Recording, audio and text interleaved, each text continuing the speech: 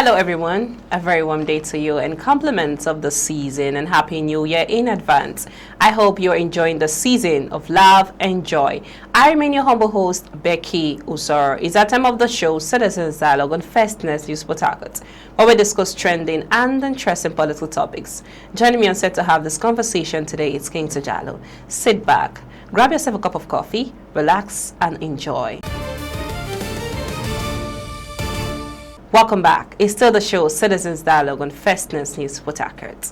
It's a pleasure having you on set, King. Thank you so much, Becky. How are you doing? I'm feeling great and, in fact, uplifted. Happy New Year in advance Same again. to Every you. day I always tell you this. Yeah, of course, because we are approaching the new year and definitely better things ahead. Oh yeah, that's better it. things ahead, and I'm hoping for a better Nigeria as well. Okay, that's awesome. Let's just head straight to the story for today. Yeah.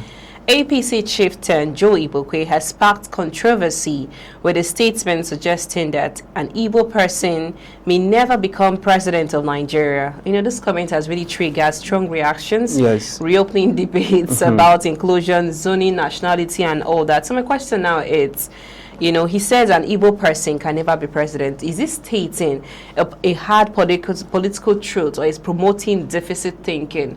Well, if you look at the system of Nigeria, you know, from what Joe Igbokwe is trying to emphasize on is the a long-time mindset of most Nigerians, most political stakeholders. So if you look at what Joe Igbokwe is trying to say, is a sad truth, because if you look at the way at which most elections is being run, whereby a tribe A we want to, you know, go into most polling unit during election, you see a person from tribe A is trying to emphasize on other tribe who's from tribe B. You know, look, if you don't vote for my for this person, you know, there will be problem. You know, I've seen incident like that, you know, in most parts of the country during the election. So, you know, in this case, in this regard, definitely there is bound to be fake democracy. You understand, whereby, you know, real accurate election that will really prioritize the betterness of the country will not take place anymore. So on the contrary, what it's trying to say is that look, when we look beyond,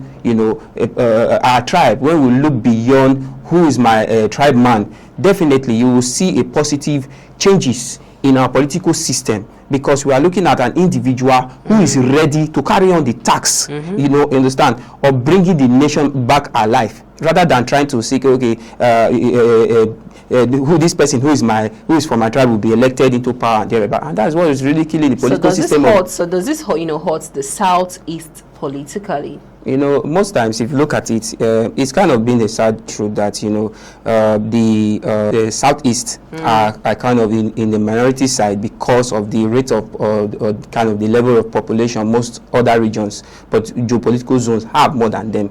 So they see it, you know, it will now become a situation whereby, you know, when people are depending or trying to vote for their own political rival from that geopolitical zone, it becomes more. So I think there should be a gathering, as in a one mind from the whole of Nigeria, whereby everyone look beyond their tribe, look beyond their geopolitical zone, and seek, you know, an individual who is really ready to run and having the country in mind, you know, in order to make the country stand buoyant once more, rather than trying to, you know, seek a tribal person.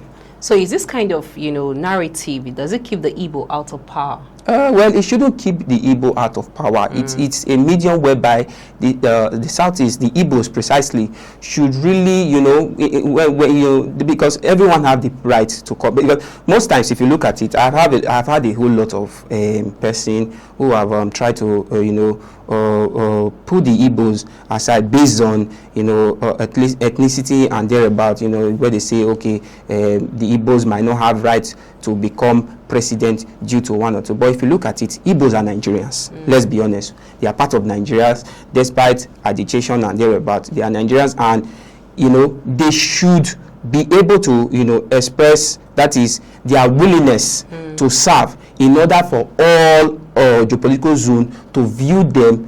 That is how would I put it now, to view their mindset, in order for them to be, you know, to be carried out appropriately in terms of election and thereafter. So it's not, I don't see it as a medium whereby they are being deprived. So it's a medium whereby they should also try to bring out good statistics on how they can, you know, positively change Nigeria in any grounded situation. Okay. So that they will continually elected in terms of political affairs and thereabouts. Thank you so much. Let's just look up to another story. The Deputy Speaker, House of Representatives, Benjamin Kalu, has asked Abia State Governor Alex Otti to join the All Progressive Congress APC. Kalu made the call on Monday during a town hall meeting he organized in his country home in Akpamuzu, Bende local government area, assuring Otti of full support if he, defects. So the question is, a genuine offer of support or a strategic move by the APC ahead of 2027? Or they are campaigning?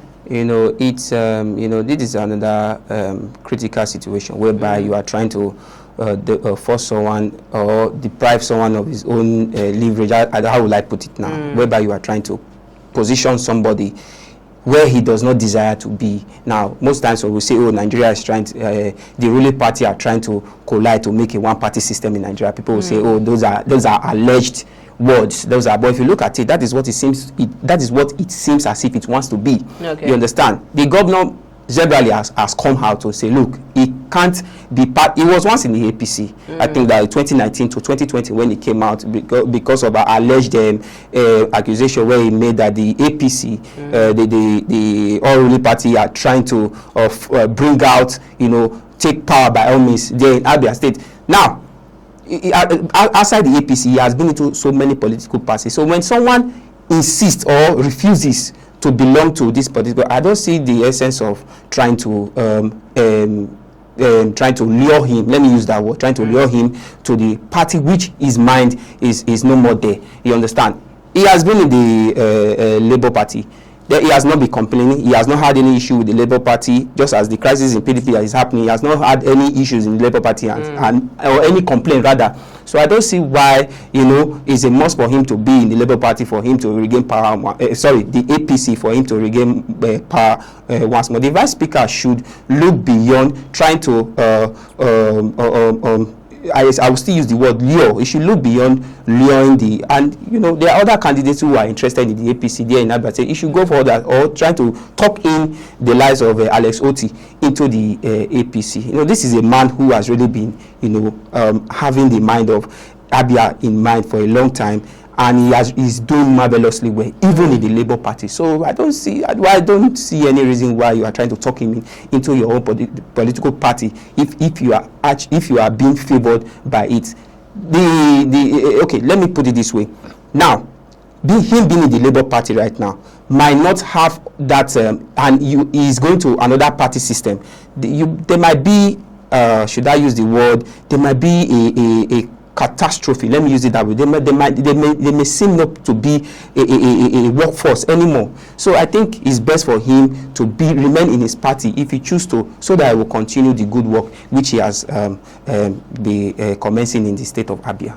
So why is APC reaching out to Governor Otti now? Is it confidence in his performance or fear of his influence? All these are linked to the political affair and the rallying of the APC coming 2027. You understand? Because it, just as we said, it looks as if they're trying to commence a one-party system. Look at what is happening in the country from other political party, from other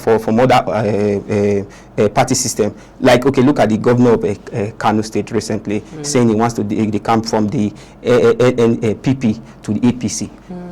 So many of them thereabout. So what are we trying to? So the Vice House of Assembly, the Vice Speaker coming to meet the governor of Abia State, Alex Otti. Definitely, it sounds as if these people are trying to push the heads of all governors into one party system, which is not good for a democratic state like Nigeria. Okay. So there should be, a concentration on each political party rather than trying to drag every other person else into your own political party based on your interests. So your last statement on the story, do you see Governor Otti accepting, such an offer? Based on the previous statement of Otti, he has said it times without number.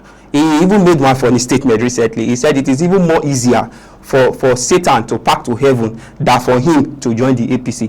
From that harsh statement, you will definitely see the determination of the Abia State governor not leaving the Labour Party anytime soon. Thank you so but much. if it happens, then you should know there is something wrong somewhere. Thank you so much, Jalo.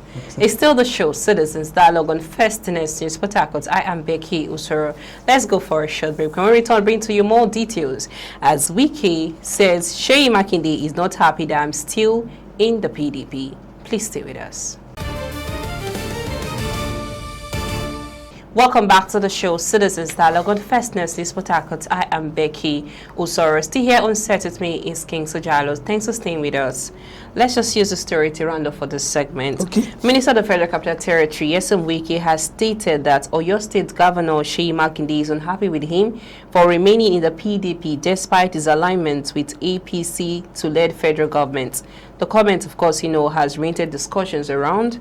Now, the question now is this. Minister Wike says Governor Seyi Makinde is not happy. What does this reveal about the state of the opposition party? Definitely. Why should, of a truth, why should Seyi Makinde be happy in the sense that when two individuals are in one political system and you are trying to support the opposition, there is no one in his rightful senses that would definitely be glad in seeing such states. Definitely, that's the clear fact that there's an anti-party system happening, and it's bound to really crush that party system. So definitely, you don't expect his colleague, let me put it that way, to be happy seeing such thing. For the fact that the governor of Oyo State is not really happy, just as he claimed, it shows that the governor of Oyo State really has the party in mind.